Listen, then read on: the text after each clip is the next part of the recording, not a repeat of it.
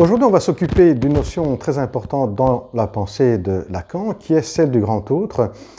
Une notion pas toujours facile à saisir parce qu'elle regroupe en soi plusieurs aspects. Ici, on va essayer de la rendre plutôt accessible, cette notion, avec des exemples aussi concrets.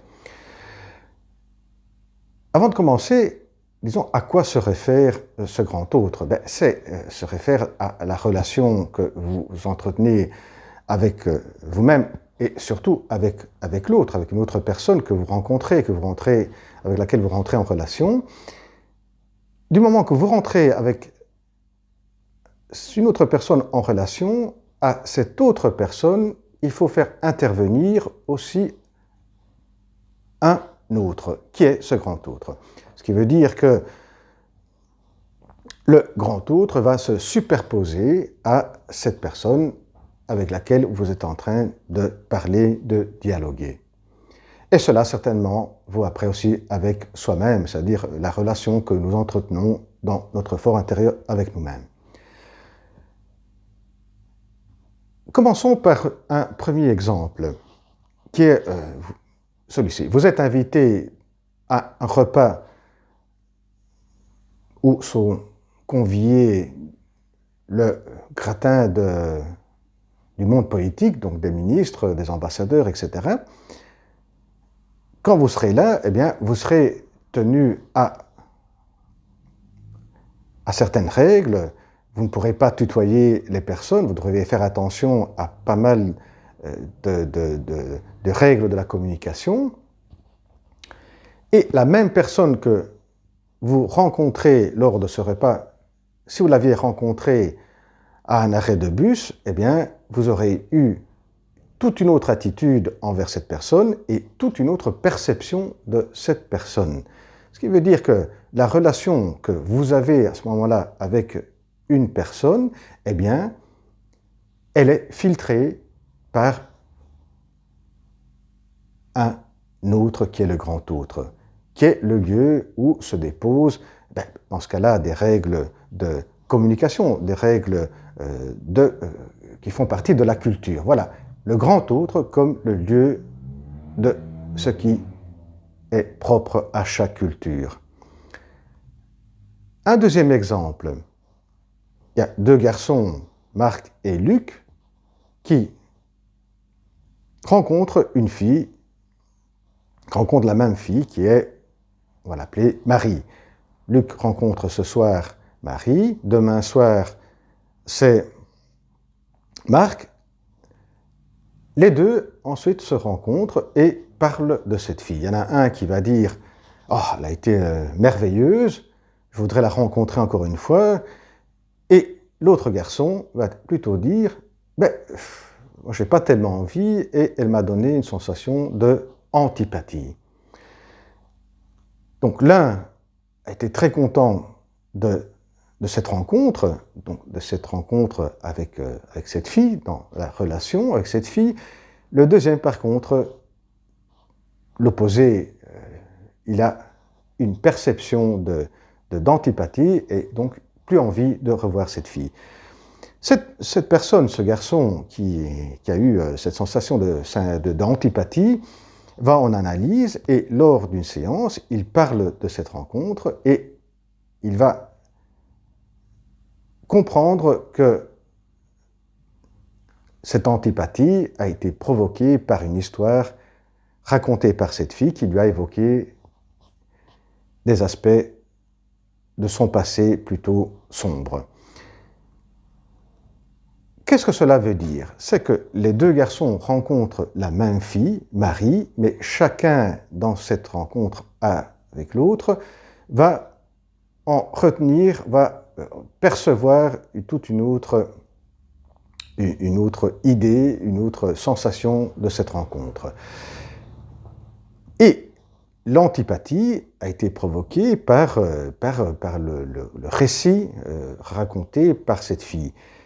Là, on voit bien que ce sont des mots, des simples mots qui vont mettre en route toute une série à travers des associations, une série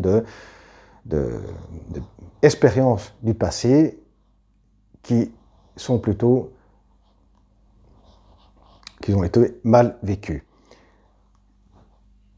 Dans ce cas-ci, on voit bien que la relation avec l'autre, avec cette fille, il y a un autre qui s'est superposé, c'est le grand autre, c'est le lieu des mots, le lieu des signifiants. Et là, certainement, il y a une double acception de ce mot, de cette expression de grand autre comme lieu des mots, des signifiants, dans le sens que c'est, dans ce cas-ci, c'est l'agencement, la provocation des mots de cette fille qui vont mettre en route des expériences passées du garçon. Et là se fait à travers ce agencement des mots qui est au dehors de la conscience, que ce soit de la fille, que ce soit du garçon. L'autre acception, c'est de dire, le grand autre, c'est le trésor des signifiants, c'est-à-dire que quand on doit parler, on accède à ce lieu des signifiants. Voilà les deux exemples qui nous permettent aussi de comprendre un aphorisme de Lacan des années 50, lorsqu'il commence son enseignement, son séminaire, qui est le suivant: l'inconscient est le discours de l'autre, grand autre, A majuscule. Dans les deux cas, dans les deux exemples que je viens de citer, de raconter, on voit bien comment, dans chaque exemple, la perception qu'on aura d'une rencontre avec une autre, avec l'autre, avec une autre personne, avec l'autre A petit, A minuscule, sera déterminée par ce grand autre. Passons maintenant à des figures du grand autre, des figures qui peuvent devenir menaçantes. Je vais très rapidement présenter 3 cas de figure, une rencontre, une relation entre une personne et une autre. Premier cas de figure, il y a un débat entre deux personnes, entre deux amis, et l'un va avoir raison, et donc il va plutôt surenchérir avec des exemples pour montrer qu'il a bien la vérité, qu'il a bien en lui les clés qui permettent de comprendre, d'avoir raison sur l'argument, à propos de l'argument qui est en jeu entre les deux. Donc on voit bien que là, c'est l'un qui dit « c'est moi qui ai la vérité et toi tu ne l'as pas. Je mets en avant ce que j'ai que toi tu n'as pas ». Un deuxième cas de figure, c'est deux personnes se rencontrent, l'un dit quelque chose d'une manière péremptoire, forte, avec un certain sens de sécurité, de pouvoir, et l'autre perçoit ça comme une espèce de soumission, d'obligation étant donné la manière dont la chose a été dite par cette personne. Troisième cas de figure, ces deux personnes se rencontrent, une fille rencontre un homme, et il y a certaines attitudes de cet homme qui la mettent un peu mal à l'aise parce qu'elle perçoit que cet homme peut se rapprocher et lui faire des avances, et donc d'être un peu l'objet de son plaisir, et c'est ce qu'elle veut, elle ne veut pas. Ça, c'est les 3 cas de figure. Maintenant, faisons que cela arrive souvent chez une personne qui souvent met en acte le premier cas de figure, ou le deuxième, ou le troisième. Faisons qu'une personne, régulièrement, quand elle rencontre quelqu'un, quand elle parle, quand elle rentre en relation avec quelqu'un d'autre, elle a cette attitude comme ça, comme si elle avait la vérité chaque fois qu'elle montre des choses pour dire que toi, voilà, j'ai ça et toi tu ne l'as pas, etc. Faisons que dans le deuxième cas de figure, souvent, la personne a la sensation d'être dans une position inférieure ou de subir comme ça les mots d'une autre personne, la loi de l'autre personne.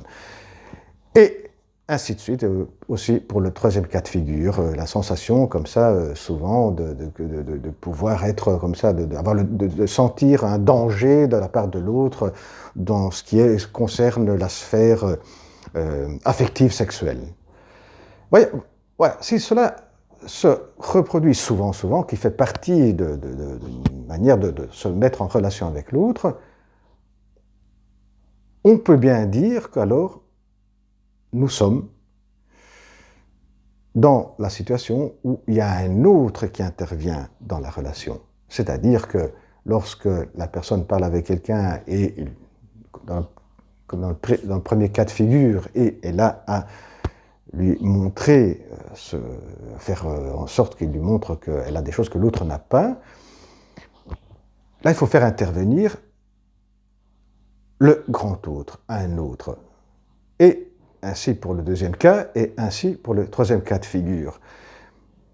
Eh bien, ces trois figures de l'autre, c'est les figures qu'on retrouve pendant l'enfance. La première figure, c'est l'autre châtré. Deuxième, c'est l'autre de la loi. Et troisième figure, c'est l'autre jouisseur. Ces trois figures, on les retrouve à l'enfance. L'autre châtré, c'est la mère qui manque du phallus, et l'enfant s'en aperçoit. Deuxième figure, celle de l'autre, du grand autre de la loi, qui est le père représentant la loi. Et troisième, l'autre jouisseur, c'est le père, comme disait Freud dans le mythe de Urvater, le père qui jouit de toutes les femmes, mais qui peut aussi jouir de l'enfant. Et lorsque ces trois figures s'imposent dans l'économie pulsionnelle et relationnelle d'une personne, eh bien, on a les trois problématiques étudiées par Freud et par Lacan. Premier cas de figure, l'autre châtré est le cas de la position hystérique. Deuxième, l'autre qui est l'autre de la loi qui subit cela est dans une position obsessionnelle. Et pour terminer, l'autre jouisseur qui est là, qui voit cette menace et qui va mettre en acte certains mécanismes de défense, qui est la position phobique. Et bien voilà, à la prochaine vidéo. Au revoir.